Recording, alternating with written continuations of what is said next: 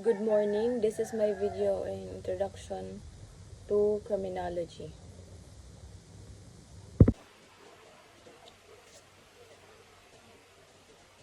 Criminology is the study of crime and criminal behavior. And of course, ang criminology ay galing yan sa Latin word na crimen, which means accusation. And logia naman, which is study. Okay, that is what we call criminology. So, next is, we have three development of criminology, which is 18th century, 19th century, and 20th century. The first is 18th century. So, ang tawag doon is classical criminology sa 18th century. Then, classical criminology, ito ay nakafocus sa free will doctrine. Ibig sabihin, what is right from what is wrong. The next is 19th century. So, 19th century is modern criminology. So, modern criminology, ibig sabihin, there are certain developments and progress na tinatawag siya na modern criminology. So, ngayon, sa 20th century naman, is tinawag siya na independent criminology. Kasi, our mother science of criminology is the sociology, kaya tinawag siya na independent criminology. And then, meron din tayong sciences that dominating criminology, which is sociology, psychology, and psychiatry. The first is sociology. So, socio means society or community. Then, logy is the study. So, sociology. Ang sociology ay ang pag-aaral ng lipunan, mga tao at kung paano sila nakikipag-ugnayan sa isa't isa sa bawat sa iba't ibang aspeto ng kanilang buhay. Okay. Next is psychology. Psychology naman, it is the study of human behavior. And then psychiatry, it talks about the mental illness or the mental disease. Psychiatry naman ay isang sangay ng medisina na nakatuon sa pag-aaral, pagsusuri, paggamot at pag-iwas sa mga sakit sa isip, emosyonal na kalagayan at mga kaugnay na asal o pag-uugali. Okay, dito naman tayo sa criminological school of thoughts. So, we have three criminological school of thoughts. We have classical school of thoughts. So, classical school of thoughts, nakabase ito sa free will doctrine. Ibig sabihin, the person has ability to choose what is right from what is wrong. Ibig sabihin, may freedom siya to choose to go right or to go wrong. That is under social school of thought. So, no distinction between man, woman, insane, and ambisite. Next is, the second is neoclassical or new classical school of thoughts. So, children and lunatics cannot calculate pleasure and pain. So, basically, kaya hindi nila makalculate yung pleasure and pain, so, they should not be regard the discriminant kasi nga, they don't know the consequence of their actions. Neoclassical or new classical school of thoughts is exception of child, lunatics, mentally. So, ang neoclassical of thoughts naman ay isang teorya sa ekonomiya at iba pang disiplina na nagbibigay diin sa balanse ng merkado, paggawa ng desisyon ng individual at ang epekto ng supply at demand. So, the next one is positivist school of thoughts. Positivist school of thoughts are the scientific research to study criminal So, ibig sabihin, there are steps na sinusunod nila bakit nangyari ang krimen or crime. Or a person commits a crime due and internal and external factors. Next is 3 types of criminal according Lombroso. So we have atavistic, we have insane criminal, and criminaloid. So atavistic, this is criminals are those considered as born criminal. And the second is insane criminal. Insane criminal, this refers to people who become criminals due to alcoholism, kleptomaniacs, nymphomaniacs, and child molesters. Ito ang mga kriminal na gumagawa ng krimen dahil sa mental o karamdaman tulad ng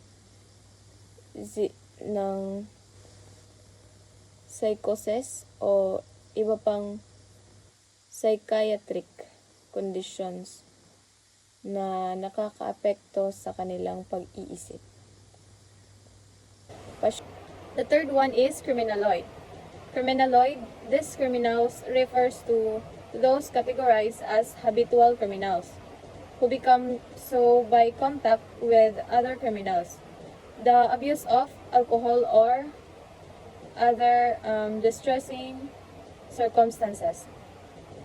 Criminaloid, the person who commit the crime due to less stamina or self-control. So, fault or culpa.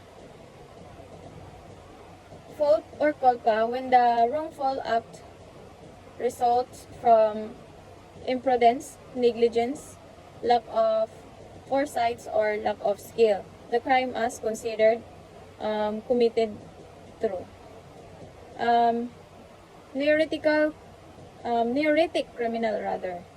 Neurotic criminal are a group of people who carry out criminal act as a result of compulsive application, such as kleptomania, pyromania, nymphomania,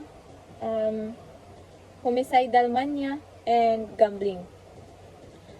As a general rule, light felonies are punishable only when they are consummated, with the exception of those committed against person or property. Next is criminal liability. Criminal liability is the incurred by one who commits a felony, although the wrongful act is different from that which he intended.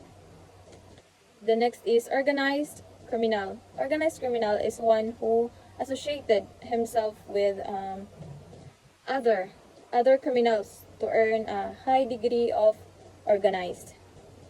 So next is we have 3 principles division of criminology. First is criminal etiology. So this division of criminology attempts to provide scientific analysis of the causes social control. So criminal etiology, it's cause of crimes. Next one is sociology of law. These divisions of criminology attempts to offer scientific analysis of the conditions under which penal or criminal laws are being developed as a process of formal social control, or attempts at a scientific analysis applicants of the law. Penology. The third one is penology. So this division of criminology is concerned with the control and prevention causes of crimes. So treatment of offenders, reformation, rehabilitation. Next is enterprise of criminology. We have criminal statistics, sociology, theory construction, criminal behavior system, penology, and victimology. And the holy tree of criminology is Cesar Lombroso. Cesar Lombroso, known as the father of modern criminology, Lombroso introduced the idea of the born criminal. He believed that criminal behavior could be identified through physical and biological traits, a concept known as atavism. Rafael Garofalo and Enrique. Rafael Garofalo was a student of Lombroso and a key proponent of the positivist school of criminology. He emphasized the importance of studying crime as a natural phenomenon and introduced the term natural crime, which refers to acts that violate basic human sentiments like pity and probity. He also advocated for punishment to protect society. And Enrico Ferre. The Enrico Ferre, another student of Lombroso, Ferre expanded the positivist approach by considering social, economic, and environmental factors as influences on criminal behavior. He argued that crime was a product of multiple factors and emphasized prevention over punishment. And then corpus delicti. Corpus delicti means body of crime. Actus reus means guilty act. Mens rea means guilty mind. Offense means is an act or omission that is punishable by special law. Felony is an act or omission that punishable by revised penal code. Misdemeanor naman is an act that and violation of simple rules. Concurrence naman means that the act. Causation, establish a causal link between three criminals act and the harm suffered. Harm, it refers to the negative impact of crime. Mala prohibita, it means it's the meaning of evil because prohibited. Consensus view. Consensus view is agreement with the member. And conflict view,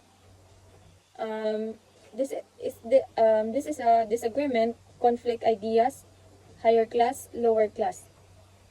The last one is interactionist view, which is social interaction. So next is law violation. We have three law violation, which is felony, offense, and infraction. First is felony. Felony is punishable by law which is committed by means of dolo or culpa, and punishable under the RPC of the Philippines. Then the second one is offense. Offense is an act or omission in violation of special law. And the third one naman is infraction. So infraction is an act or omission in violation of a city or municipal ordinance. Then we have three stages in the commission of crimes. So first is consummated crime, second is frustrated crime, the third is attempted crime. So consummated crime, when all the elements necessary for its execution. Second, frustrated crime, when the offender has performed all the act of execution. Then the third one is attempted crime, when the offender does not perform all the act of execution. Then the next is the two plurality. So plurality, which is simple crime and complex crime. So first one is simple crime. Simple crime is only one offense. So isa lang yung nagawa niyang krimen. And then yung complex crime naman is two or more grave felonies. So two or more na nagawa niyang krimen. So next is three gravity. So we have three gravity, grave felonies, less grave felonies, and light felonies. The first one is grave felonies, which is capital punishment or afflictive penalties. And the second one is less grave felonies, which is correctional penalties. And the third one is light felonies, which is arresto menor or a fine not exceeding 200. Next is result of the crime. So we have two results of the crime, which is acquisitive crime and extinctive crime. The first is acquisitive crime. The offender acquires something like theft and robbery. The second is extinctive crime. So it damage like arson, physical injury, and murder. The next is time or period of the commission of crime. So, meron tayong seasonal crime and situational crime. Yung seasonal crime is committed only during certain period of year, such as violation of election laws and tax laws. And yung situational crime naman is committed only when situation is conducive to its commission, meaning there is opportunity to commit it. So next is length of time of the commission of the crime. So we have two. Meron tayong instant crime and episodial crime. Instant crime is commission of the shortest possible time, like theft. The second one is episodial crime. Episodial crime by a series of acts in a lengthy space of time, like serious illegal detention. So, next is place or location. Meron tayong dalawa, statistic crime and continuing crime. So, statistic crime is committed in only one place. And then yung continuing crime naman is committed in several places, like abduction. Yeah. Next is mental of faculties. Meron tayong mental of faculties, dalawa. Rational crime and irrational crime. So, rational crime, it committed which intend and the offender is in full possession of his sanity. So, he knows what he is doing and understand. Second one is irrational crime. Irrational crime committed by an offender who does not know the nature. So, the next is classification of criminals. Etiology. So, first is acute criminals. Second is chronic criminals. So, first, acute criminals, the person who violate because of the impulse of fit or passion. The second is chronic criminals, which person who act in consonance with deliberated thinking. He plans the crime ahead of time. The next is um, behavioral system. The next is behavioral system. So, we have 6 behavioral system. Meron tayong 6 na behavioral system, which is ordinary criminals, organized criminals, professional criminals, accident criminals, habitual criminals, and situational criminals. So, ordinary criminals, the lowest form of criminal career. They do not stick to crimes as a profession, but rather push to commit crimes due to great opportunity. Second is organized criminal. These criminals have a high degree of organization. The third one is professional criminals, those who earn their living through criminal activities. The fourth one is um, accident criminals, those who commit acts because of unanticipated circumstances. The fifth one is habitual criminals. So those who commit continue criminal act due to deficiency of intelligence and lack of control. The last one is situational criminals, who those who are not criminals but get in trouble with legal authorities. The next one is mental activities. Um, Meron tayong dalawa mental activities. So, active criminals and passive inadequate criminals. So, active criminals, those who commit crimes due to aggressiveness. The second is passive inadequate criminals, those who commit crimes because of reward and promise.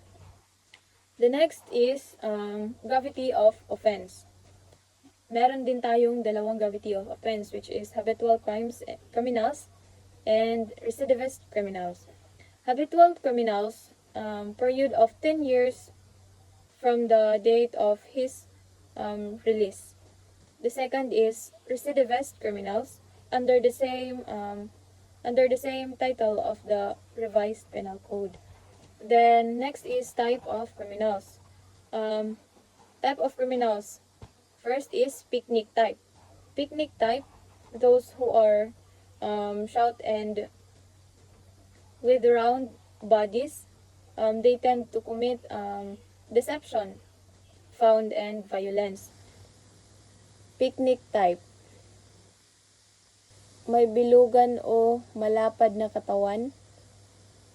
Karaniwan may maikling tangkad, malapad na balikat at malambot na pangangatawan.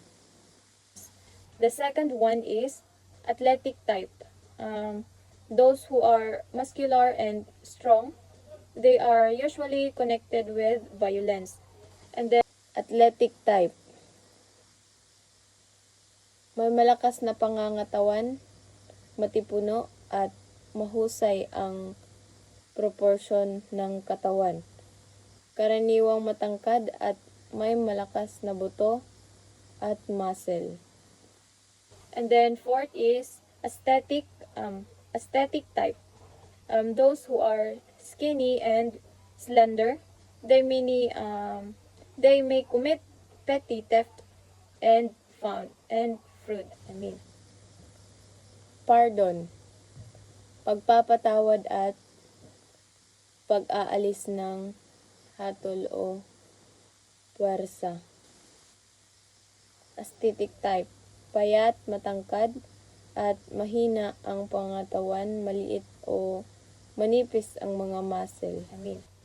The last one is dysplastic or mixed type, which is those who are less clear, evident, having any predominant type.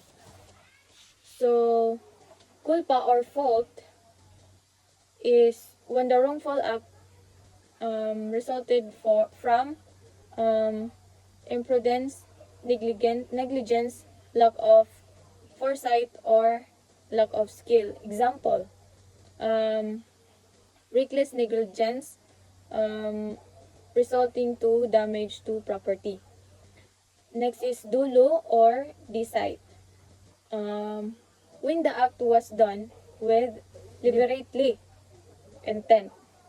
Example, qualified theft.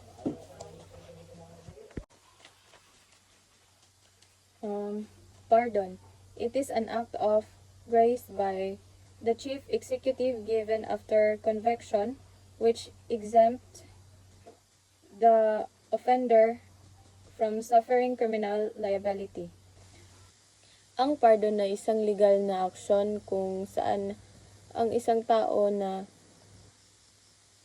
nahatulan ng krimen ay binigyan ng opisyal na kapatawaran ng isang otoridad tulad ng presidente o gobernador. Parole. It is the conditional release of a prisoner after serving part minimum of his/her sentence in prison. Ang parol ay isang kondisyonal na pagpapalaya sa isang preso bago pa matapos ang kanyang buong sentensya. Provision. It is a disposition whereby a defendant after conviction of an offense, the penalty of which does not exceed 6 years imprisonment, is released subject to the conditions imposed by the releasing court. Provision. Ang provision ay isang alternatibong parusa sa pagkakakulong kung saan ang isang nahatulan ay pinapayagang manatili sa labas ng bilangguan basta't susunod siya sa mga kondisyon na itinakda ng korte.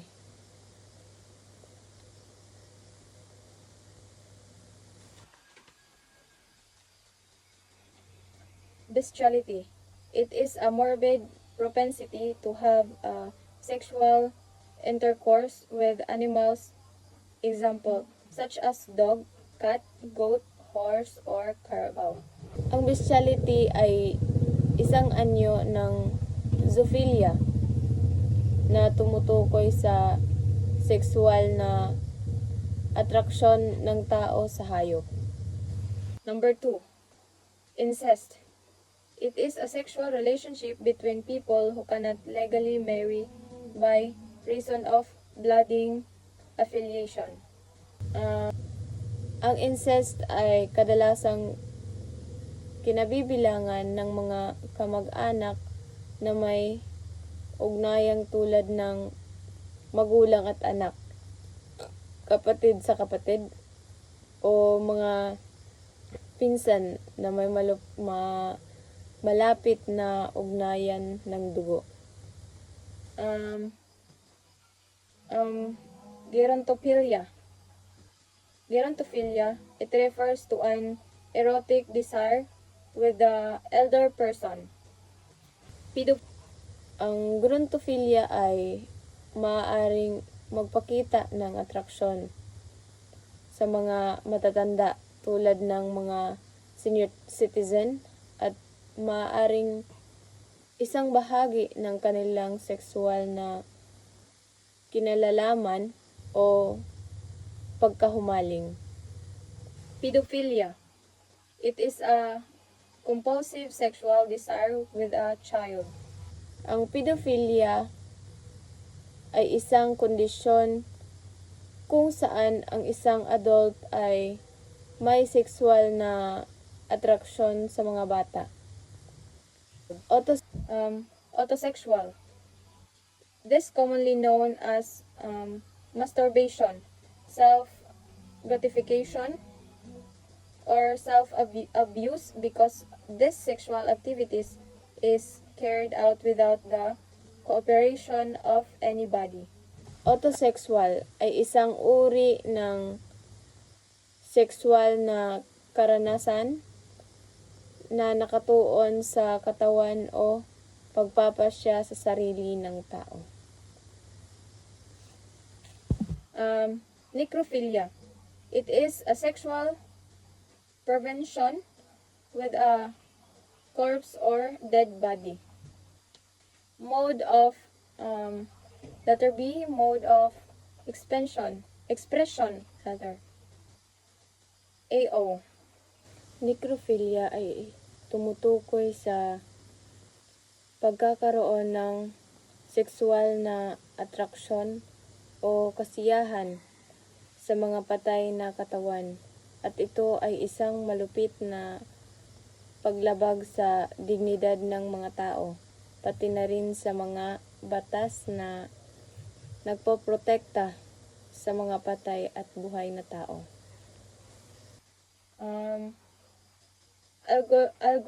Algolagnia. Sexual gratification is attained through pain or cruelty. Algolagnia ay isang kondisyon kung saan ang sexual na kasiyahan ay nauugnay sa karanasan ng sakit. Sadism. Sexual pleasure is achieved through the infliction of pain on the sexual partner. Sadism ay isang kondisyon kung saan ang isang tao ay nakakaramdam ng sexual na kasiyahan mula sa pagpapahirap o pananakit sa ibang tao na maaaring pisikal o emosyonal. Masochism. Sexual stimulation is obtained through the infliction of pain to oneself. Masochism. Masochism ay isang kondisyon kung saan ang isang tao ay nakakaramdam ng sexual na kasiyahan mula sa pagtanggap ng sakit o pagpapahirap.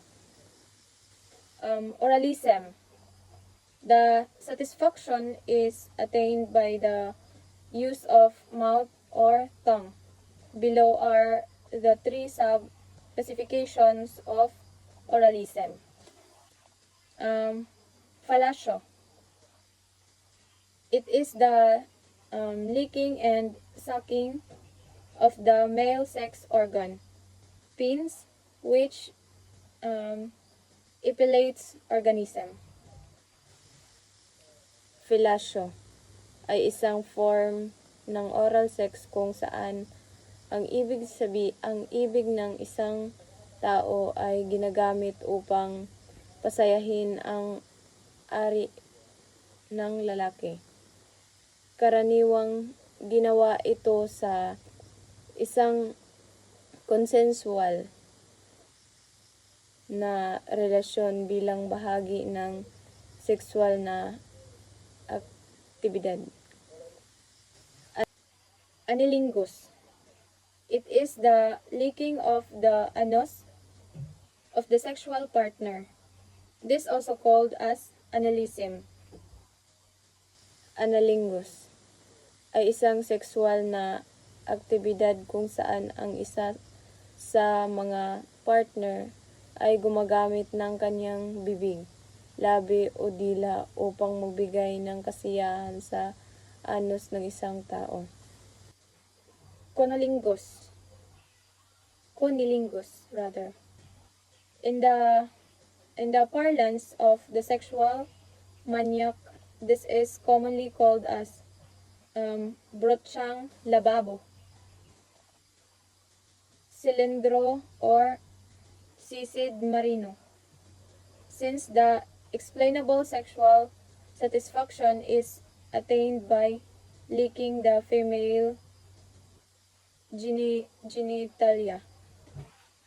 Number of participants in the sexual act. First, pluralism. This called a sexual festival since there are several participants on this sexual activity. Triolism. There are three participants on this sexual activity. It may be one man and two women, or two men and one woman. Triolism ay nangyayari kapag tatlong tao ang nagsasama sa isang sexual na aktibidad.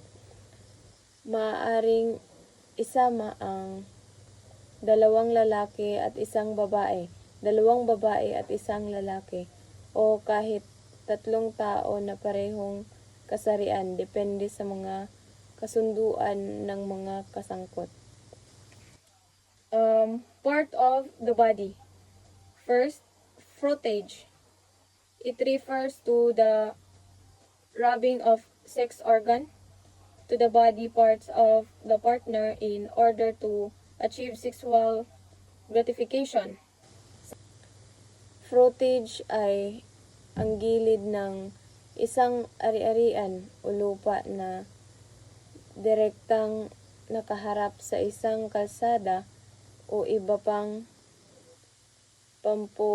pampublikong posibilidad.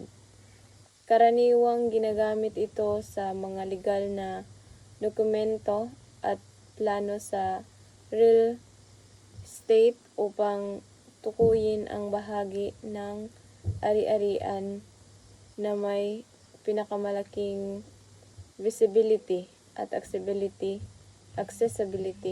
mula sa kalsada. Second, partialism.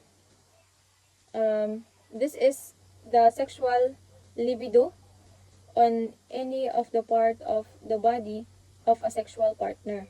Partialism ay isang kondisyon kung saan ang isang tao ay nakakaramdam ng sexual na kasiyahan o atraksyon mula sa isang particular na bahagi ng katawan ng ibang tao. Halimbawa, ang isang tao ay maaring magpakita ng sexual na interest sa mga paa, mga kamay, mga labi o kahit sa mga mata ng ibang tao. Voyeurism. Sexual happiness is attained through the licking of partner's body, holding the best of fingering the genital organ. Purism ay tumutukoy sa atraksyon sa mga natural na amoy ng katawan ng isang tao na maaaring maglaman ng amoy ng balat, hininga o pawis. Sodomy. It is a sexual act characterized by the insertion of penetration of the penis or any object to the anus of the sexual partner.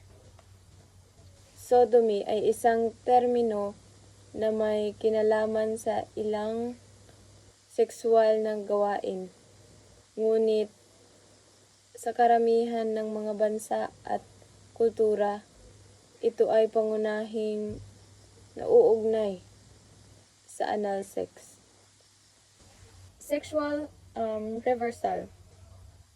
First, fetishism.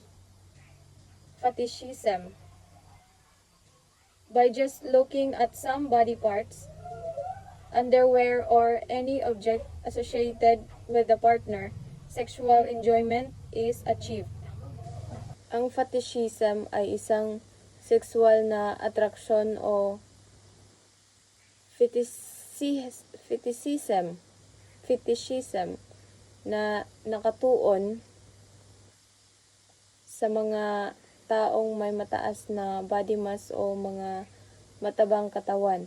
Ang mga may fetishism ay maaaring makaramdam ng sexual na kasiyahan sa pamamagitan ng pisikal na anyo ng isang tao o sa mga partikular na bahagi ng katawan ng isang mataba o malalaking katawan.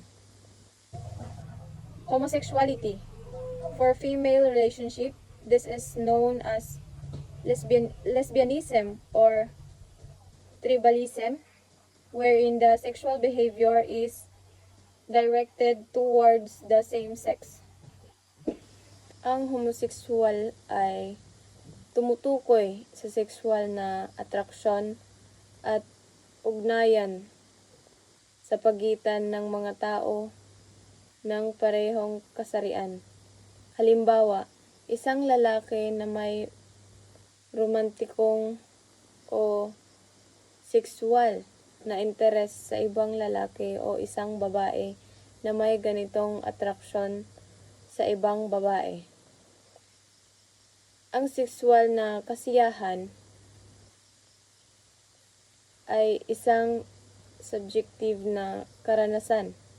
Ibig sabihin, ito ay naiiba para sa bawat tao at hindi palaging nakabase sa isang partikular na kaganapan o karanasan.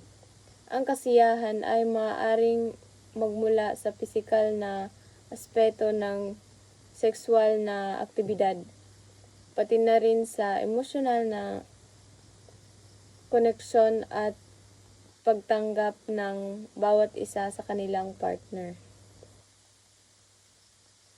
Nymphomania ay tumutukoy sa pagkakaroon ng labis na sexual na kasiyahan o pagkagusto ng labis kaysa sa normal na antas, na naging sanhi ng mga problema sa pag-araw-araw na buhay ng isang tao.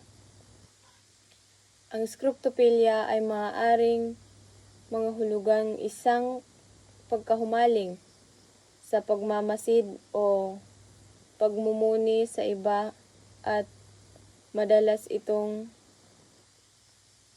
nauugnay sa voyeuristic tendencies. Ang mga taong may scruptophilia ay maaaring maghanap ng kasiyahan mula sa pagtutok sa ibang tao habang sila ay nagbihis, naligo o nagsasagawa ng sexual na aktibidad.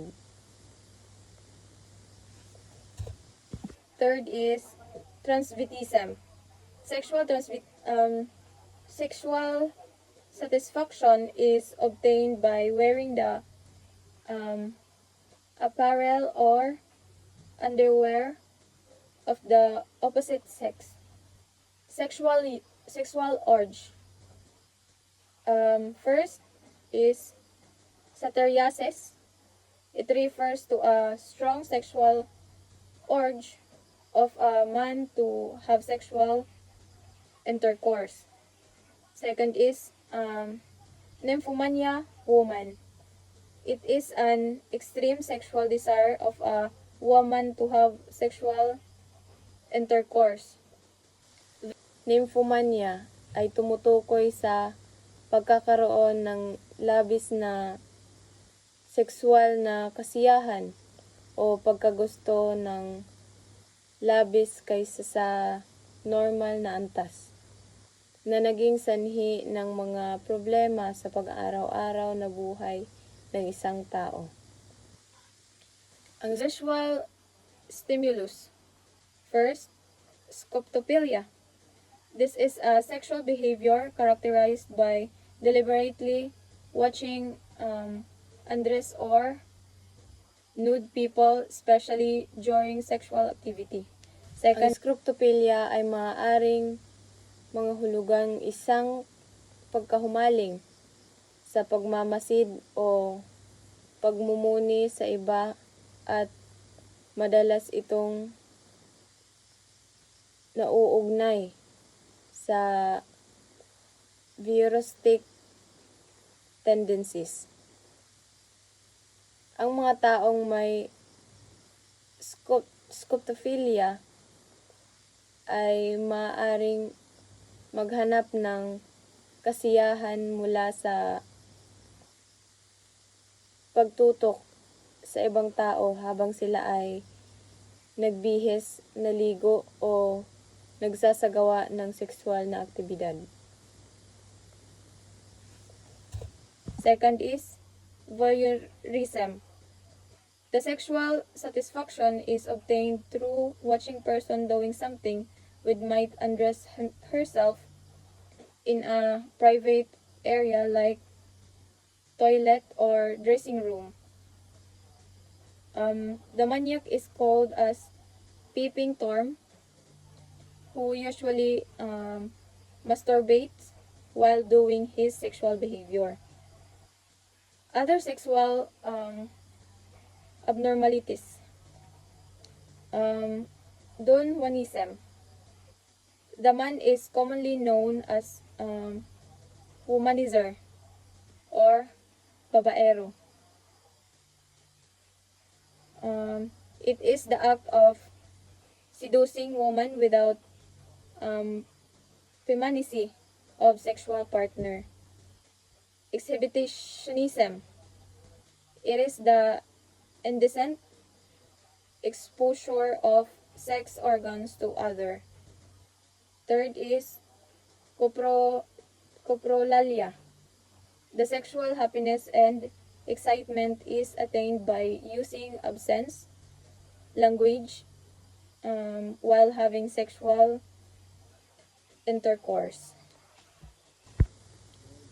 Cunnilingus ay isang sexual na aktibidad na kinasasangkutan ang bibig, dila at labi ng isang tao upang simulan pasayahin ang vagina o clitoris ng isang babae.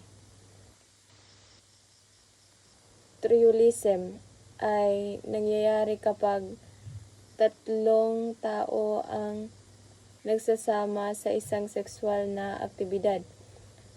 Maaaring isama ang dalawang lalaki at isang babae, dalawang babae at isang lalaki, o kahit tatlong tao na parehong kasarian depende sa mga kasunduan ng mga kasangkot. Fruitage ay ang gilid ng isang ari-arian o lupa na direktang nakaharap sa isang kalsada o iba pang pampublikong posibilidad.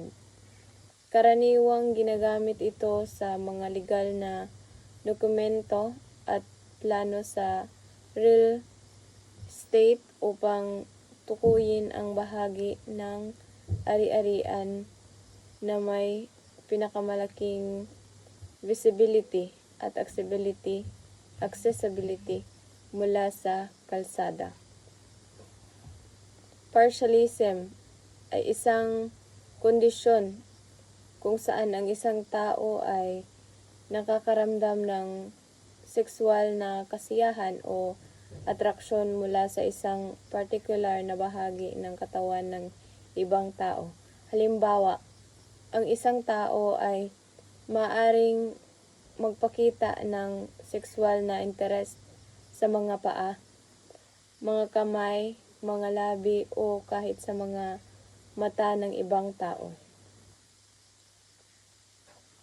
Urism ay tumutukoy sa atraksyon sa mga natural na amoy ng katawan ng isang tao na maaaring maglaman ng amoy ng balat, hininga o pawis. Sodomy ay isang termino na may kinalaman sa ilang sexual na gawain, ngunit sa karamihan ng mga bansa at kultura, ito ay pangunahing nauugnay sa anal sex. Ang fetishism ay isang sexual na atraksyon o fetishism na nakatuon sa mga taong may mataas na body mass o mga matabang katawan. Ang mga may fetishism ay maaaring makaramdam ng sexual na kasiyahan sa pamamagitan ng pisikal na anyo ng isang tao o sa mga partikular na bahagi ng katawan ng isang mataba o malalaking katawan. Ang homosekswal ay tumutukoy sa sexual na atraksyon at ugnayan sa pagitan ng mga tao ng parehong kasarian. Halimbawa, isang lalaki na may romantikong o sexual na interes sa ibang lalaki o isang babae na may ganitong atraksyon sa ibang babae. Ang sexual na kasiyahan ay isang subjective na karanasan. Ibig sabihin, ito ay naiiba para sa bawat tao at hindi palaging nakabase sa isang partikular na kaganapan o karanasan. Ang kasiyahan ay maaaring magmula sa pisikal na aspeto ng sexual na aktibidad, pati na rin sa emosyonal na koneksyon at pagtanggap ng bawat isa sa kanilang partner. Nymphomania ay tumutukoy sa pagkakaroon ng labis na sexual na kasiyahan o pagkagusto ng labis kaysa sa normal na antas, na naging sanhi ng mga problema sa pag-araw-araw na buhay ng isang tao. Ang scruptophilia ay maaaring mga hulugang isang pagkahumaling sa pagmamasid o pagmumuni sa iba at madalas itong nauugnay sa voyeuristic tendencies. Ang mga taong may scruptophilia ay maaaring maghanap ng kasiyahan mula sa pagtutok sa ibang tao habang sila ay nagbihis, naligo o nagsasagawa ng sexual na aktibidad.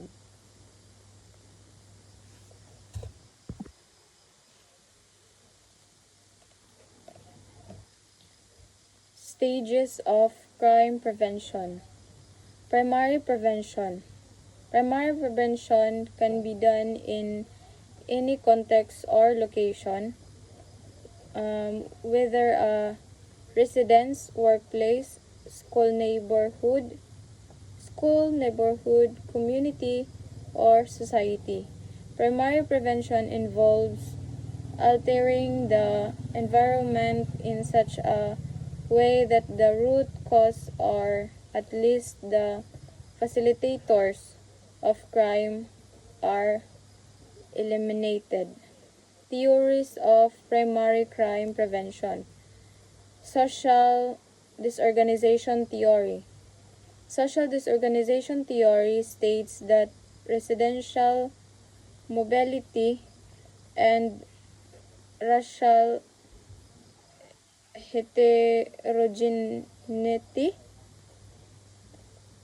lead people to have little interest in improving their neighborhood and more of an interest in moving out, leaving behind an area where crime could easily occur. Defensible space theory. Like its counterpart in the field of private security called crime prevention through environmental design, tends to focus on preventing easy access and exit by potential criminals as well as the elimination of their hiding places and where they can geographically select a target. And routine activity theory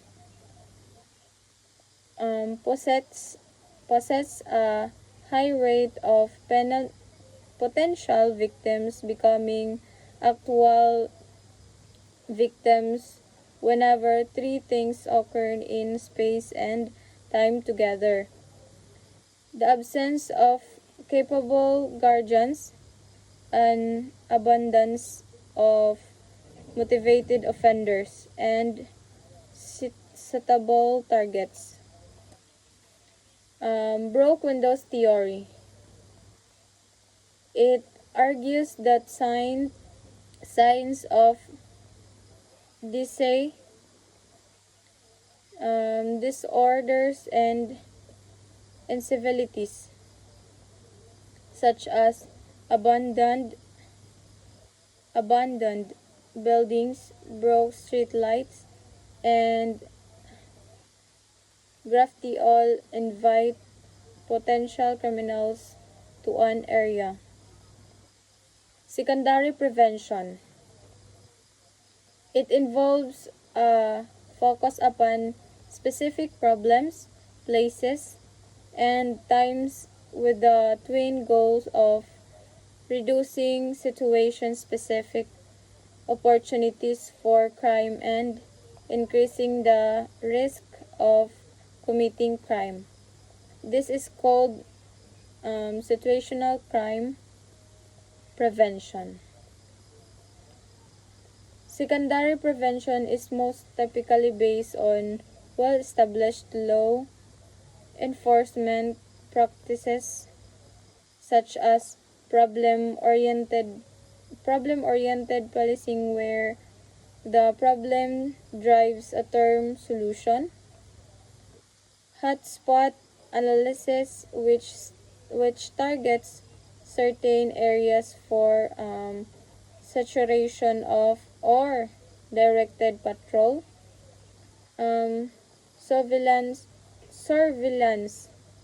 and target hardening, which increase the risk and effort for committing crime, um, property identification, security lightening, um, in intrusion alarms, neighborhood watch, citizens patrols, um, protection personnels, and the last one is effort on the part of victims to change their lifestyles.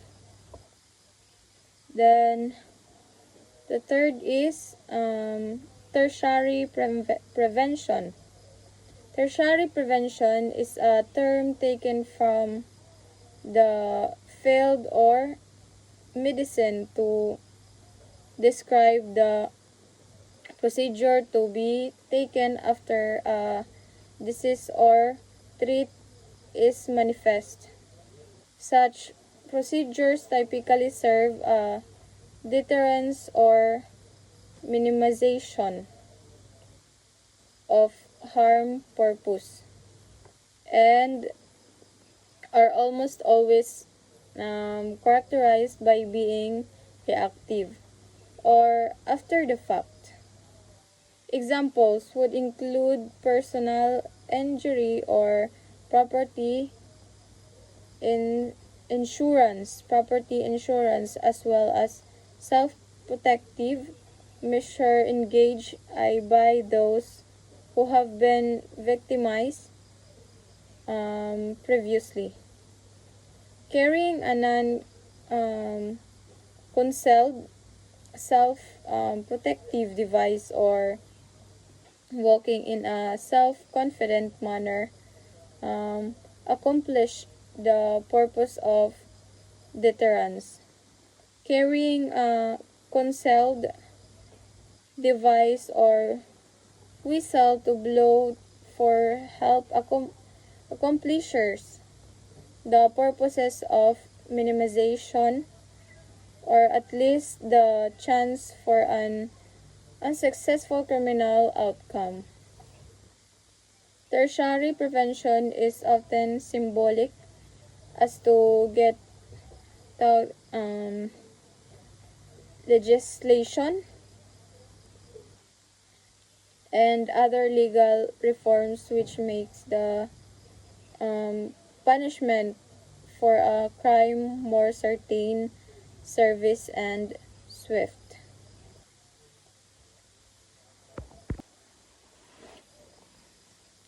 Law enforcement. As first responder to most crime, police departments serve a critical and primary role in providing immediate intervention and assistance to victims of crime.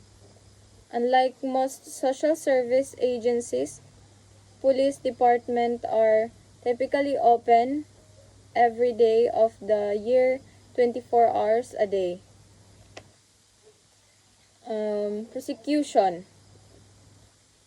If the law enforcement has investigated crimes and suspects have been arrested, the cases are then referred to prosecutors. Court. Assuming a case goes beyond the plea negotiations stage during the trial, the defendant continues to receive basic protections granted by the Constitution, state constitutions, and various case law holdings. The fourth one is correction. In the Philippines, if an accused is sentenced 3 years and above to a term of imprisonment, the Bureau of Correction assumes responsibility for convict suspension. The last is community. The last pillar of the Philippine criminal justice system. It is where a prisoner,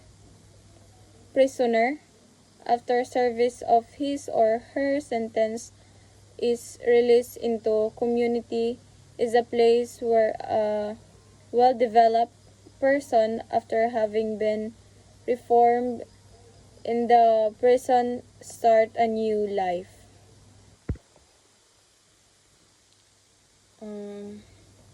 Article titled Policy, Objectives, Term, and Practice. Section 1 titled This Act shall be known as the Philippine Criminology Profession Act of 2018. Section 2 Statement of Policy. The state recognizes the importance of criminology profession in national security, public safety, peace and order, and in nation building and development. Hence, it shall develop and nurture competent, virtuous, productive, and well-rounded criminologists whose standards of professional practice and service should be excellent, qualitative, world-class, and globally competitive through sacred, honest, effective, and credible licensure examinations, coupled with programs and activities that would promote professional growth and development. The Section 3 Objectives. This act shall given govern other. A. The examination, registration, and licensure for criminologists. B. The supervision, control, and regulation of the practice of criminology. The standardization and regulation of the criminology education. The development of the professional competence of criminologists through continuing professional development, CPD, and the integration of all criminology professional groups and membership of all registered criminologists to the accredited professional organization. Section 4. Definition of terms. As used in this act, the following terms shall be defined as follows.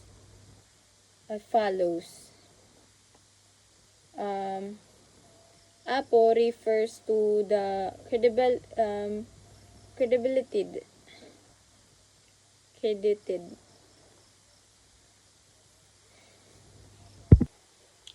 Section 4. Definition of terms.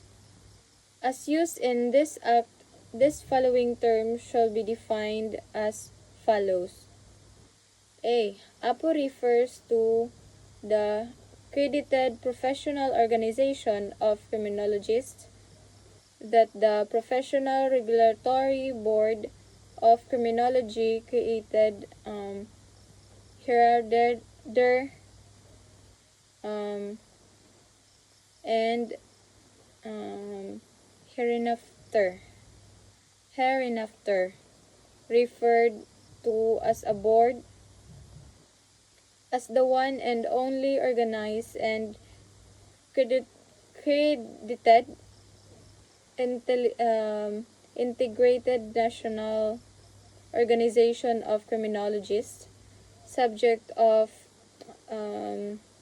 the approval of the Professional Regulation Commission, PRC, hereinafter referred to as the commission created under Republic Act number 8981, otherwise known as the PRC Modernization Act of 2000. Board refers to the Professional Regulatory Board for Criminologists created hereunder. SHED refers to the Commission on Higher Education created under Public Act number 7722, otherwise known as Higher Education Act of 1994, and the formulation of policy standards and monitoring of the criminology education in the country, which shall be assisted by the Criminology Technical Panel composed of the President of the APO, Chairperson of the Board of Criminology, one from the Academy, and two from the Law Enforcement Agency. D. Commission refers to Professional Regulation Commission, PRC, hereinafter referred to as the commission created under Public Act number 8981, otherwise known as the PRC Modernization Act of 2000.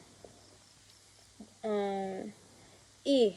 Criminology refers to the scientific study of crimes, criminals, and victims. It also deals with the prevention and solution of crimes.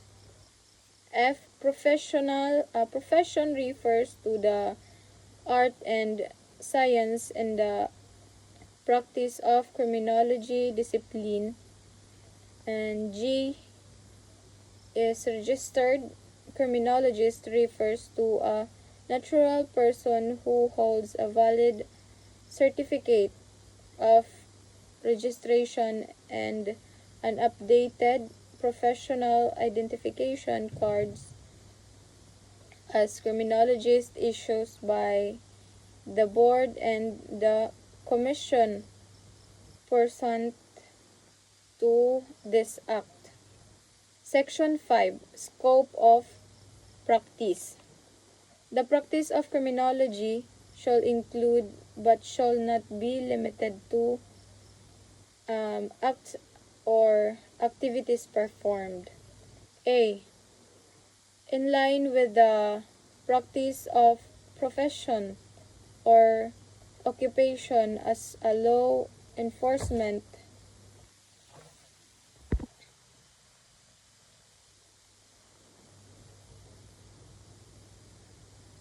in line which the practice of profession or occupation as a law enforcement administrator, executive advisor, consultant, officer, investigator, agent, and employee in any private or government agencies performing law enforcement and quasi-police functions at the Philippine National Police (PNP), the National Bureau of Investigation (NBI), the Philippine Drug Enforcement Agency (PDEA), the Bureau of Fire Protection (BFP), the Bureau of Jail Management and Penology (BGMP), the Provincial Jail, the Bureau of Corrections (BUCOR), the Probation and Parole Administration (PPA), the Bureau of Internal Revenue (BIR), the Bureau of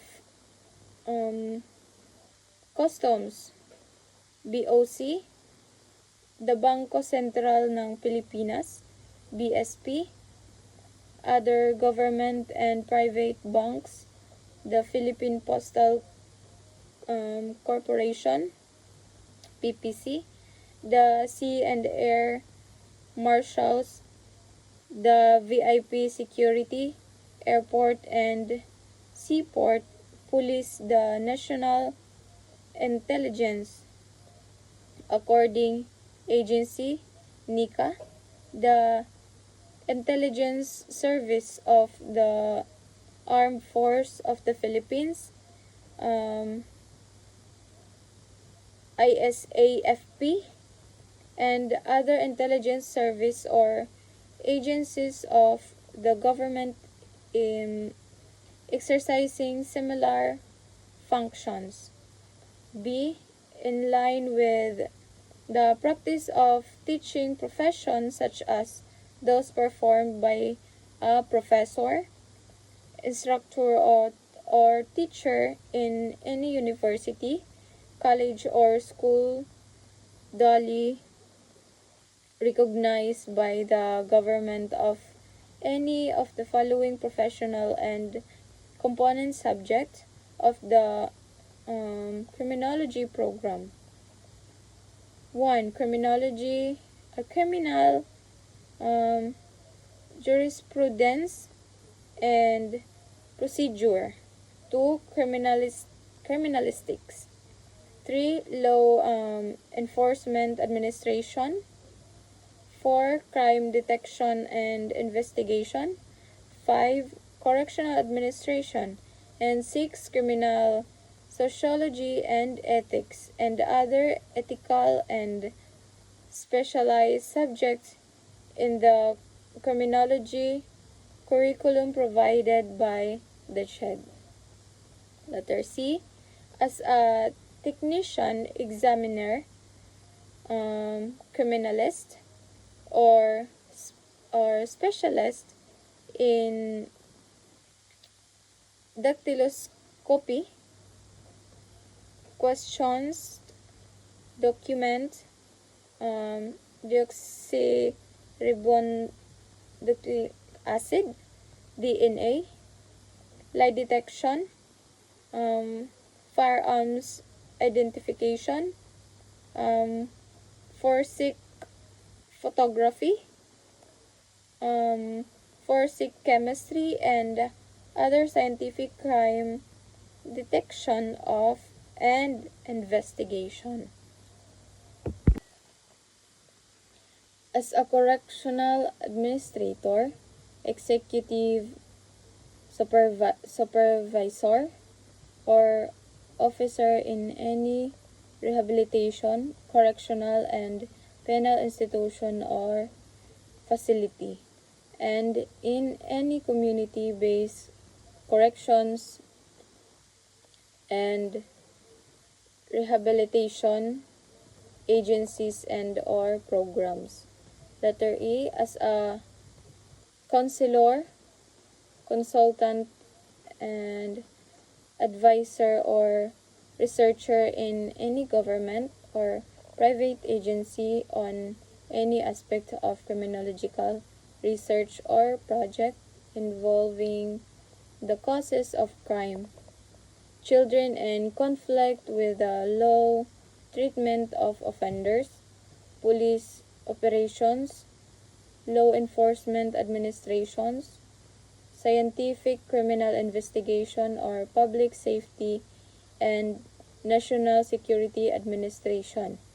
F, as a private investigator, administrator, consultant, or agent, or detective in any private security and investigation agency organized under the laws of the Philippines.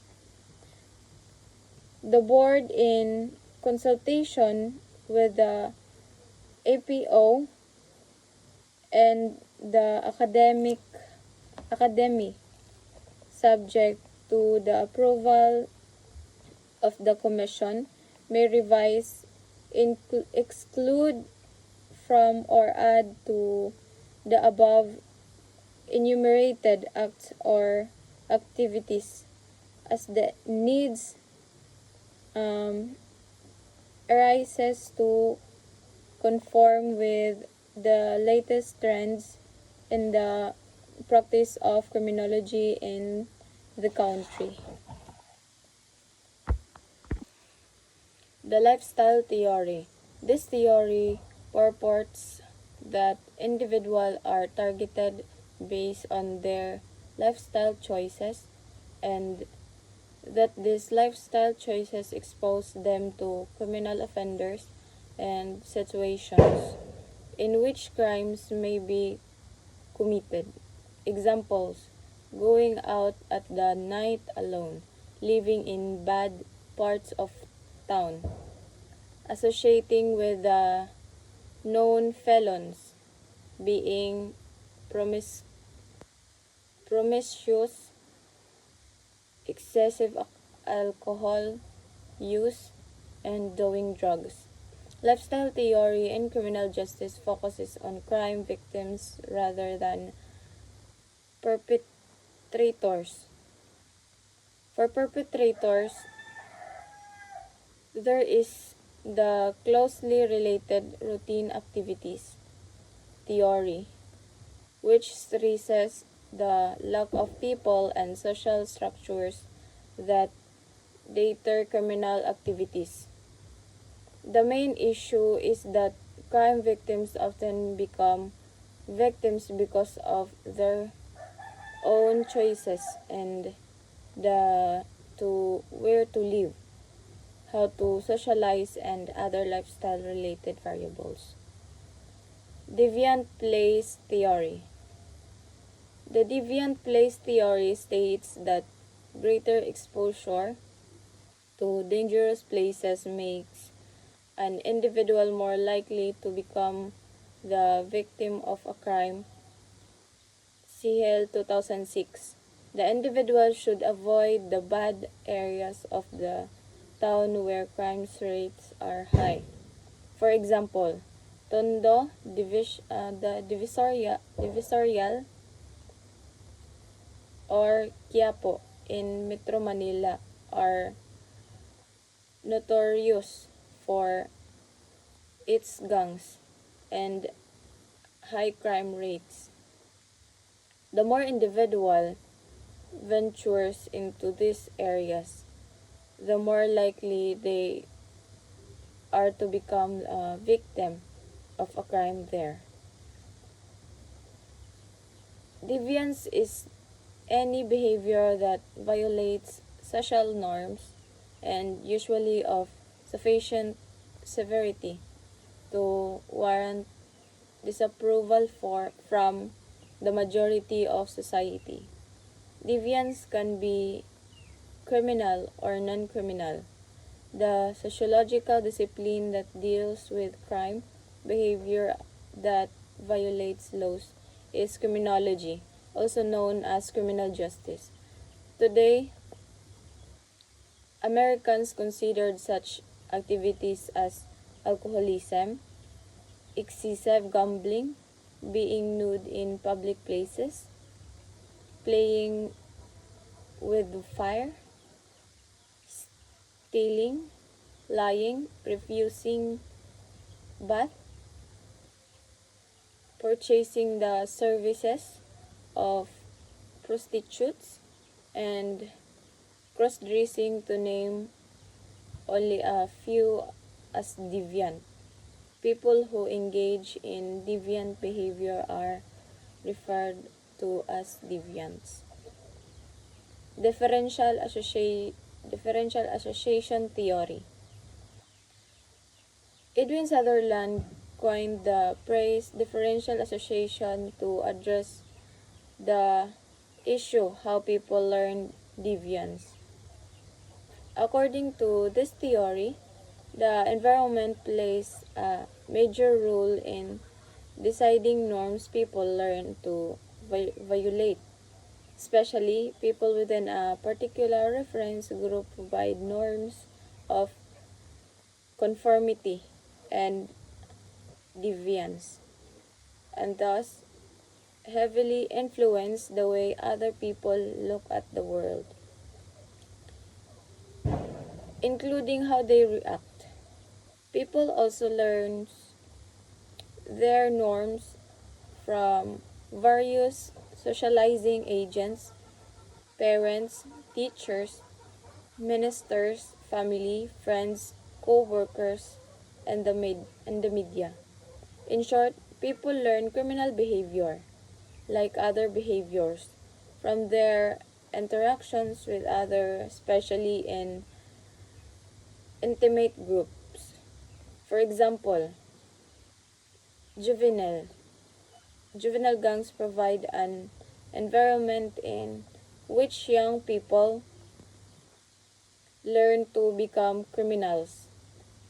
These gangs define themselves as countercultural and glorify violence, relation, and crime as means to achieving social status. Gang members learn to be deviant as they embrace and conform to their gang's norms. Anomy theory. Anomy refers to the confusions that arises when social norms conflict or do not even exist.